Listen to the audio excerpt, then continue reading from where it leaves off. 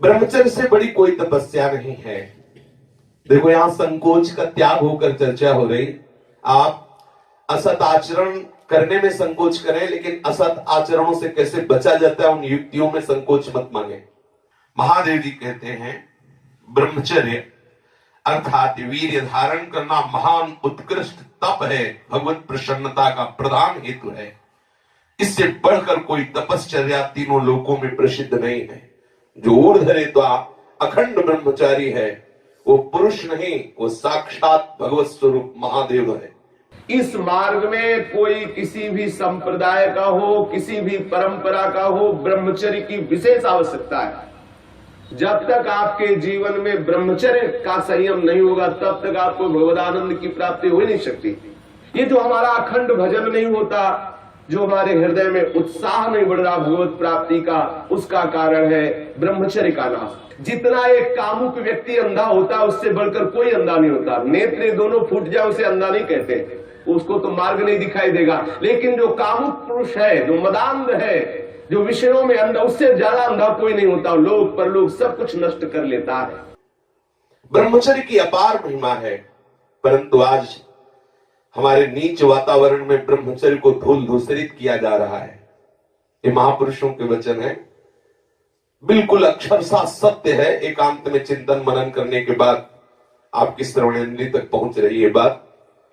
आज की नीचता, आज का मनोरंजन ब्रह्मचर्य को धूल धूसरित कर रहा है, ब्रह्मचर्य का नाश कर रहा है। कोई समझ ही नहीं रहा कि कितनी बड़ी हम भयानक गलती कर रहे हैं। ये वीर शक्ति हमारे प्रभु की अद्भुत कृपा है। अगर इस पर हम दृष्टि डालें तो आप जिस मार्ग में चलना चाहेंगे उस मार्ग में आपको बहुत बड़ा बल, बहुत बड़ा संबल, बहुत बड़ी सामर्थ्य मिलेगी ब्रह्मचर्य से। ये भगवान की कृपा शक्ति है। जो इसका पतन करते हैं निसंदेह वो किसी योग्य नहीं रह जाते। ब्रह्मचर्य का ह्रास जीवन का नाश अर्थात मृत्यु, संपूर्णतया सत्यनाश, सर्वनाश, मृत्यु, ब्रह्मचर्य नाश, सुख का नाश, आरोग्य का नाश, तेज का नाश, विद्या का नाश, बल का नाश, सामर्थ्य का नाश, स्वातंत्र का नाश, धर्म का नाश, भजन का नाश ब्रह्मचर्य के नाश पर है। यदि आपने ब्रह्मचर्य नष्ट कर दिया तो आप किसी काम के नहीं रह गए। आधार स्तंभ टूट गया तो चाहे जितना सुंदर भवन हो नष्ट हो ही जाता है। धर्मनाश होने से संपूर्णतया नाश माना जाता है। जिसका ब्रह्मचर्य नाश है वो कभी भी धर्म से युक्त नहीं रह सकता। हमारे स्वास्थ्य की संपूर्णतया वृत्तियों को बिगाड़ देने वाली ये चेष्टा है। मरणम बिंदु पातेन जीवनम बिंदु धारणात्। ये भगवान शंकर का अमिट सिद्धांत है कि जो वीर के साथ खिलवाड़ करता है वो साक्षात मृत्यु का वर्ण कर रहा है। जो वीर को रोकता है, धारण करता है, वो अमर है, वो भगवत स्वरूप हो जाता है।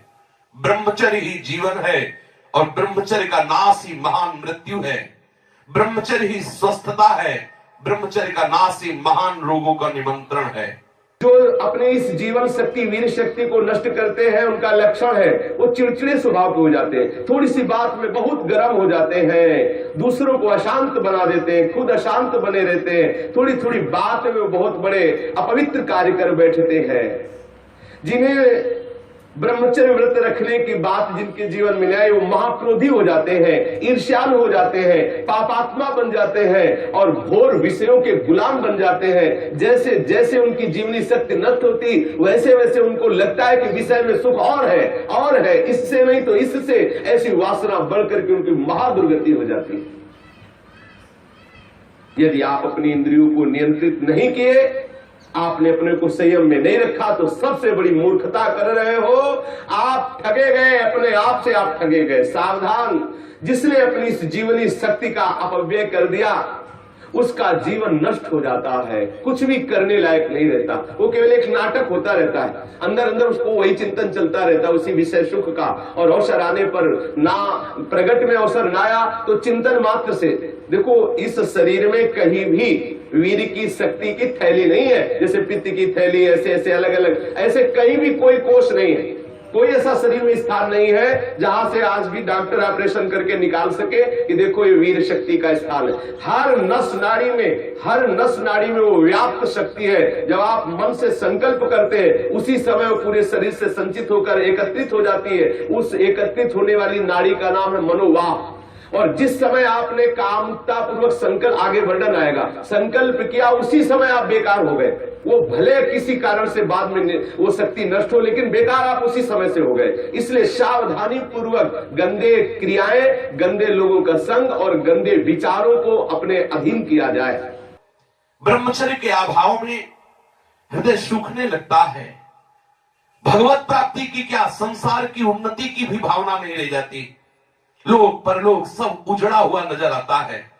जो ब्रह्मचर्य छीण करता है उसकी स्मृति का नाश हो जाता है, नेत्रों में कम दिखाई देने लगता है और लघुशंका के साथ वीर शक्ति का स्खलन होने लगता है। वो जान नहीं पाता, उसकी जीवनी शक्ति नष्ट होने लगती है। वो बिना किसी कारण अशांत बना रहता है, लाखों चिंताएं उसके मन में डुलने लगती है, वो दुर्बल होने लगता है, बड़ा निद्राल का वो वशीभूत हो जाता है। जरा सा निद्रा रही, जरा में हम तो देखते हैं लोग बैठते ही सोने लगते हैं और मोटापा बढ़ जाता है, आलस्य बढ़ने लगता है, उदासी आने लगती है, हृदय में घबराहट पैदा होने लगती है, श्वास अवरोध होने लगता है, कष्ट से श्वास या श्वास तीव्र गति से चलने लगती है, यक्षमा हो जाता है, पृष्ठशूल रोग हो जाता है, कटिवात हो जाता है, शिरोवेदना बढ़ने लगती है, जोड़ों में दर्द होने लगता है, दुर्बल हो जाता है और निद्रा के समय उसका जो शक्ति है वो क्षीण होने लगती, बह जाती, उसको पता ही नहीं लगता। मानसिक अस्थिरता, विचार शक्ति की दुर्बलता, ये भयानक भयानक कमजोरियां उसके जीवन में प्रकट हो जाती है, जो इसे मनोरंजन समझता है। सावधान, अगर आप अशांति से हटकर शांति में जाना चाहते हो, दुख से बचकर महासुख का अनुभव करना चाहते हो, तो ब्रह्मचर्य पर दृष्टि दीजिए। ब्रह्मचर्य चारों पुरुषार्थों का, धर्म अर्थ काम का मूल है। ब्रह्मचर्य भोग और मोक्ष प्रदान करने वाला है। वीर अनंत अनमोल सिद्धि है। इसी वीर के बल से जिस देवता को चाहो तुम अधीन कर सकते हो, उसके नाश से तुम पूर्ण पतित नीच बन सकते हो। बिना ब्रह्मचर्य धारण किए हुए कोई पुरुष कदापि किसी भी श्रेष्ठ पद का अधिकार नहीं प्राप्त कर सकता। वीर भ्रष्ट पुरुष कदापि पवित्र नहीं, कदापि धर्मात्मा नहीं, कदापि महात्मा नहीं हो सकता। वो दंभ और पाखंड भले कर ले। बिना ब्रह्मचर्य के प्रत्यक्ष इंद्र भी तुच्छ है, पद दलित है। साधारण मनुष्यों की तो बात है क्या, परमार्थ के पथ पर या व्यवहार के पथ पर जिधर भी तुम जाना चाहते हो, अति आवश्यक है ब्रह्मचर्य। समस्त विद्याओं की सूक्ष्म रहस्य को प्रकाशित करने वाला ब्रह्मचर्य, समस्त वैभवों की सिद्धियों को प्रकाशित करने वाला ब्रह्मचर्य, समस्त सौभाग्य का उदय करने वाला ब्रह्मचर्य। ब्रह्मचर्य सर्वश्रेष्ठ मंत्र है, ब्रह्मचर्य सर्वश्रेष्ठ तपस्या है, ब्रह्मचर्य सर्वश्रेष्ठ बल है, स्वतंत्रता है, महान उन्नति है। ब्रह्मचर्य ही हमारी संपूर्ण सिद्धियों का एकमात्र बीज है, रहस्य है। जो साधक या जो गृहस्थ 20 वर्ष अगर गृहस्थ में जाना है तो 20 वर्ष तक किसी भी स्थिति में ब्रह्मचर्य नष्ट नहीं होना चाहिए। यदि ब्रह्मचर्य नष्ट करते हैं तो वो गृहस्थी के योग्य नहीं रह जाते। उनके घर में भ्रष्टाचार होता है, संतानें भी होती है तो वही होती है जो किसी योग्य नहीं रहते।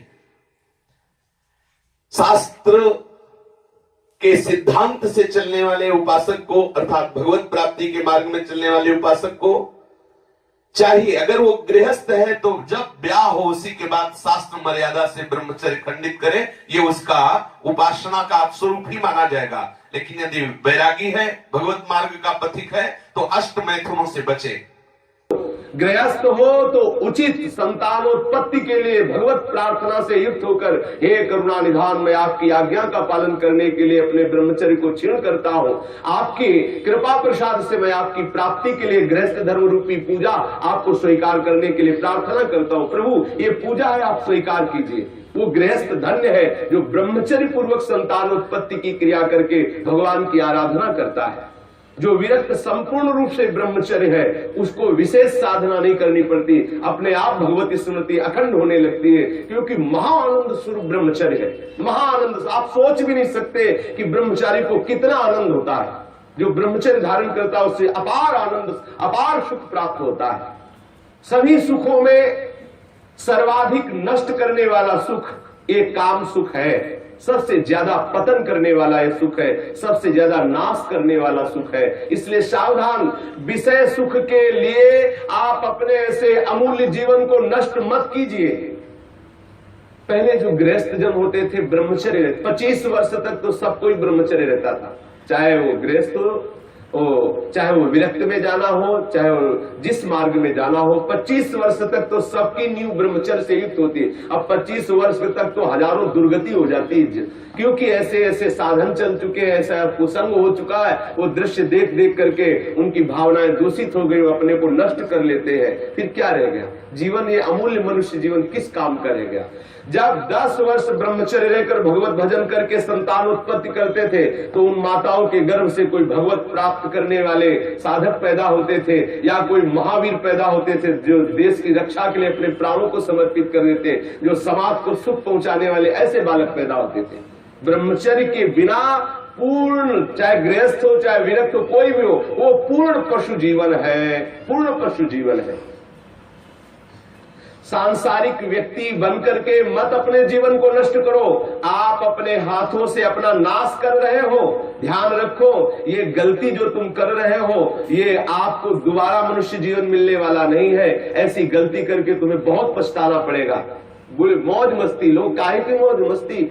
धर्म मर्यादा का नाश करके, गुरुजनों की बनाई हुई शास्त्र मर्यादा का नाश करके तुम सुख प्राप्त कर सकते हो। कुछ समय मिला, कर लो जो करना है। ऐसे भयानक रोग पैदा होंगे कि मरोगे, कोई पानी देने वाला नहीं मिलेगा। ये सब नाटक भूल जाएगा। इसलिए शास्त्र और गुरु की बनाई हुई मर्यादा के अनुसार चलो, तो ही संसार में भी तुम सुख का अनुभव, जहां नहीं है सुख वहां भी अनुभव कर सकते हो, यदि शास्त्र और गुरु की मर्यादा से युक्त रहोगे, उनके बनाए हुए विधान के अनुसार चलोगे। ये जो आजकल सब चल रहा है ना, ये बहुत हानिकारक है। जिसके जीवन में छोड़ दो, जो जिनका ब्याह हो गया वो अपने पति को छोड़ करके दूसरे पतियों के, पुरुषों की तरफ कामुक दृष्टि से देखती है, जानते हैं उनकी क्या दुर्गति होती है? हाँ, पति वंचक परपति रति करई, नौरो नरक कल्प शत परई, और विधवा होए पाए तरुणाई, अगला जन्म होगा और वैधव्य को प्राप्त हो जाएगी। जो पुरुष अपनी पत्नी का त्याग करके पर स्त्री से गमन करता है तो नरक में जाकर के उसको तपाए हुए लोहे की लाल लाल ऐसे स्त्री आकृति से उसे हजारों वर्षों तक चिपकाया जाता है, जलता रहता, वहां मरना तो है नहीं। ऐसा मत सोचो कोई देख नहीं रहा। जैसी थरिवंश नरक गति दुर्भर यम द्वारे कटियत नख छीके, वहां ऐसा हिसाब है कि कहां छीका, किस लिए छीका, और आपकी नाक काट दी जाएगी। मतलब वहां उंगली उठाने पर आपको दंड है, किस लिए उठाया, किसको उठाया, किस कारण से उठाया, किस समय में उठाया, एक एक वस्तु का हिसाब है। आप समझते मुझे कौन देख रहा है, क्या जान रहा है, मौज मस्ती ले लो। कुछ समय दिया गया आपको, ये मनुष्य जीवन कुछ समय दिया गया। आप चाहे जो कर लो, चाहे जितना दुराचार कर लो, या सदाचार करके श्री कृष्ण को रिझा लो, या दुराचार करके नरक की यात्रा कर लो। बहुत सावधान। यहां वर्णन कर रहे महापुरुष जन कि जो जीवन में ब्रह्मचर्य शक्ति है, जिसे शुक्र कहते हैं, जिसे वीर शक्ति कहते हैं, इसका जो नाश करता है वो भयानक रोगों से ग्रसित हो जाता है। इसका एक नियम है, गृहस्थ धर्म का नियम है। इस पर हमारे शास्त्रों में सब वर्णन, इसीलिए सत्संग करना चाहिए। अब क्या है, आज मनोरंजन, लोगों को रिझाना, वक्ताओं को पसंद आ गया है, और जो श्रोता है उनको वही पसंद आता है। थोड़ी देर चटकीली बातें की, संगीत बजा, नाचे कूदे, घर गए, बोले कथा सुन के आए हैं। कथा का तात्पर्य, सत्संग का तात्पर्य आपका कुसंग का त्याग हो जाए। आप जो दुर्गुण दुराचार प्रवृत्तियों में रत है उनका त्याग हो जाए, उससे सत्संग। मानो सत्संग सुन के आए तो आपको थोड़ी देर तो खो जाना चाहिए। दूसरे को अपने आप पता लगे कि ये सत्संग सुन के आ रहा है, खो गया। अपने अंदर की कमियों को देख देख करके वो रो रहा है, हे करुणा निधान, मैं इतना नीच हूं, अभी तक तो मैं जान ही नहीं पा रहा था कि ये गलतियां हैं, मैंने कितनी गलती की, हे करुणा निधान, अब मुझे इन गलतियों से उबारो। सत्संग वो वस्तु है जो अपनी ब्रह्मचर्य शक्ति को नाश करता है, तो उसकी शारीरिक शक्ति नष्ट हो जाती है। चेहरा पीला होने लगता है, चेहरे में झुर्रियां पड़ने लगती हैं, नेत्रों की शक्ति जाती रहती है, नेत्रों के आसपास नीली नीली रेखाएं प्रकट हो जाती है, आंखें धस जाती हैं और चेहरे में वो कांति नहीं रह जाती, अर्थात कांतिहीनता आ जाती है, याददाश्त नष्ट हो जाती है। वस्तु रख दी, भूल गए, कोई आज्ञा भूल गए। क्यों भूल गए? क्योंकि ब्रह्मचर्य नहीं, मेधा शक्ति क्षीण हो गई। भगवत स्मरण करोगे, कैसे भजन होगा? क्योंकि भजन वाली वस्तु तो आपने नष्ट कर दी। खिलवाड़ समझते हो क्या इससे? ये मनुष्य जीवन आपको मिला है भगवत प्राप्ति के लिए। सावधान, संतान भी प्रकट होगी तो महावीर और भगवान का प्रेमी महात्मा पैदा होगा यदि आप ब्रह्मचर्य से रहोगे। और कुमारगामी रहोगे तो अप्पू गप्पू पैदा होंगे, फिर जूतों से मारेंगे आपको और बुढ़ापे में पानी नहीं देंगे, सड़ोगे ऐसे पड़े। जो सावधानी पूर्वक इसकी रक्षा नहीं करते उनको अनेक बार बड़ी बड़ी भारी विपत्तियों को भोगना पड़ता है। आप क्या समझते हो? जिस वीर शक्ति से ऐसे सुंदर संतान की उत्पत्ति होती है, उसी वीर शक्ति को आप मनोरंजन में नष्ट कर रहे हैं। ये हत्या है, हत्या। शास्त्र वर्णन करते हैं आपको भोगना पड़ेगा उसका दंड। जैसे माताओं के गर्भ में पलते हुए शिशु को वो गर्भ हत्या जैसे पाप कर देती है, ऐसे पुरुषों को सावधान रहना चाहिए। संतानोत्पत्ति के निमित्त से किया गया ब्रह्मचर्य खंडित भगवत उपासना माना जाएगा और अपनी वासना से प्रेरित होकर ब्रह्मचर्य नष्ट करना या अन्य उपायों से ब्रह्मचर्य नष्ट करना वो हत्या में लिखा जाएगा। इसीलिए अंतःकरण मलिन हो जाता है और भगवत भजन का केवल वो एक क्रिया मात्र होने लगता है, आनंद का अनुभव नहीं होता। आपको यदि भगवत प्रेम प्राप्त करना है, भगवत भक्ति प्राप्त करना है, तो आप अपनी इस जीवनी शक्ति की रक्षा कीजिए। आप अपनी जो आंतरिक वृत्ति कामुक हो चुकी है उसको संभालने की चेष्टा कीजिए। जो अपने इस स्नायु तंत्र को पुष्ट रखना चाहते हैं उनको अपनी इस मूर्खता को खोना होगा। क्या मूर्खता? वो सोचते हैं कि मैं विषय में अपनी ब्रह्म शक्ति को नष्ट करके, बादाम पा करके, दूध पी करके, मकरंद ध्वज खा करके और अपने को फिर पुनः पुष्ट कर लेंगे। ध्यान रखना, ये जितना पाओगे उतनी वासना पुष्ट होगी। जिसके चेहरे की तरफ देखो ऐसा लगता है जैसे किसी मकान में आग लगा दी जाए तो फिर वो मकान की शोभा क्या होती है। ऐसे जिसके जीवन में पुण्य नहीं रह गए, भगवत आराधन नहीं रह गया, ब्रह्मचर्य नहीं रह गया, सदाचार नहीं है, बड़ों का सम्मान नहीं, उसका जीवन क्या है? जीवन कैसा पशुवत जीवन हो रहा है। छोटे छोटे अभी बच्चे 15-16 वर्ष के माता पिता के अवहेलना करके मनमाना आचरण करते हैं। ये जो ब्रह्मचर्य, इस पर विशेष ध्यान दिया जाए। यदि हम ब्रह्मचर्य पर ध्यान नहीं देते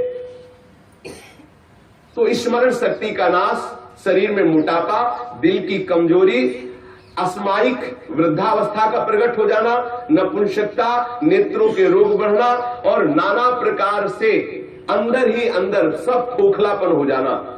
ऊपर से हष्ट पुष्ट दिखाई देंगे लेकिन अंदर से पूरी शक्ति का नाश हो जाने के कारण वो मूर्ख हो जाते हैं। मतलब बुद्धि भी मूर्ख हो जाती है, शरीर भी शिथिल हो जाता है, किसी काम के नहीं रह जाते हैं।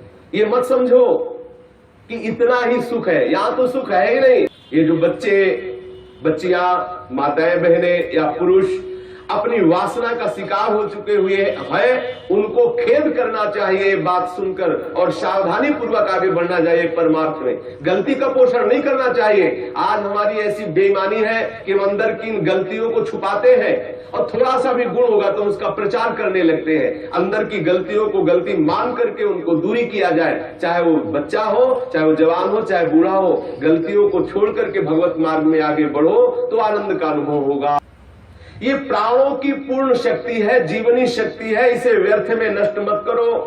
सावधान हो। देखो आप थोड़ी देर ब्रह्मचर्य रह करके देखो, आपके नेत्रों में चमक आ जाएगी, आपके कपोलों पर लावण्य आ जाएगा, आपके हृदय में बिना कुछ किए एक आनंद की लहर सी दौड़ती रहेगी। थोड़े दिन रह के देखो। कुछ दिन ब्रह्मचर्य रहने पे कष्ट का अनुभव होता है। जब अंदर वासना होती है ना, वो प्रेरित करती है। जैसे जैसे ब्रह्मचर्य बढ़ता वैसे वैसे अंदर आह्लाद होता है। वो हम आह्लाद को नहीं सह पाते तो लगता है कि यदि ब्रह्मचर्य क्षीण हो जाए तो मुझे सुख मिलेगा, ऐसा लगता है। यदि सत्संग हो और भजन पूर्वक हम जीवन व्यतीत करें, सदाचार पूर्वक भोजन शुद्ध हो, तो कुछ ही महीने में वो ब्रह्मचर्य जब पकने लगता है, थोड़ा सा आनंद अनुभव होते सहने लगता है, पहले तो थोड़ा कष्ट होता है। अगर 1 वर्ष ठीक ब्रह्मचर्य रह जाए और कुसंग ना हो तो इतना आनंद उसको अनुभव होने लगेगा, देखेगा नहीं इसी नारकी खेलों की तरफ, इधर संसार के इन दुर्गुण दुराचारों की तरफ देखेगा भी नहीं, पर कुसंग ना होने पावे। अगर कुसंग होगा तो 20 वर्ष ब्रह्मचर्य रहने के बाद भी पतित हो जाएगा। कुसंग से सर्वदा बचता रहे। 1 वर्ष अगर ब्रह्मचर्य हो सकता है, थोड़े दिन कठिन लगे क्योंकि गलत अभ्यास हो गए, 1 वर्ष ब्रह्मचर्य रहिए। अपने आप स्वाभाविक जो क्रिया होती है उस पर दृष्टि मत डालिए, आप अपने संकल्प से कोई गलत कार्य मत कीजिए और ब्रह्मचर्य रहिए, तो आपको आनंद का अनुभव होने लगेगा। भजन करना नहीं पड़ता, अपने आप भजन होता है। नींद कम हो जाती है, आसनों पर जितनी देर चाहो आराम से बैठ सकते हो, और कोई भी रोग हो वो अपना पूरा प्रभाव नहीं डाल सकता, क्योंकि आपके अंदर ब्रह्म शक्ति विराजमान है। जो ब्रह्मचर्यहीन हो जाता है वो भजन का लाभ नहीं ले सकता है। मन, प्राण तथा ये ब्रह्मचर्य, ये तीनों एक ही है।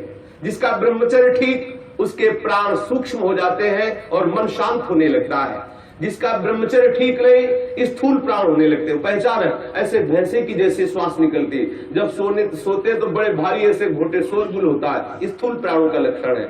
और मन उनका चंचल होता है, उनकी श्वास, उनका मन, उनका ब्रह्मचर्य, तीनों क्षीण होने से फिर न कोई भजन होता है, न कोई साधन होता है, न कोई चिंतन होता है। जिसकी श्वास स्थूल होती, मन चंचल होता है, उसका चिंतन एकाग्र नहीं होता है।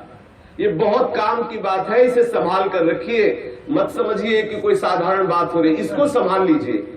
यदि आप विरक्त हैं तो संपूर्ण रूप से आप सावधान हो जाइए। यदि गृहस्थ हैं तो संयम में आ जाइए। एक पत्नी व्रत धारण करते हुए, संतानोत्पत्ति की भगवत पूजा का भाव रखते हुए ही गृहस्थ धर्म में ब्रह्मचर्य को खंडित कीजिए, अन्यथा ब्रह्मचर्य को धारण कीजिए। सावधान रहिए।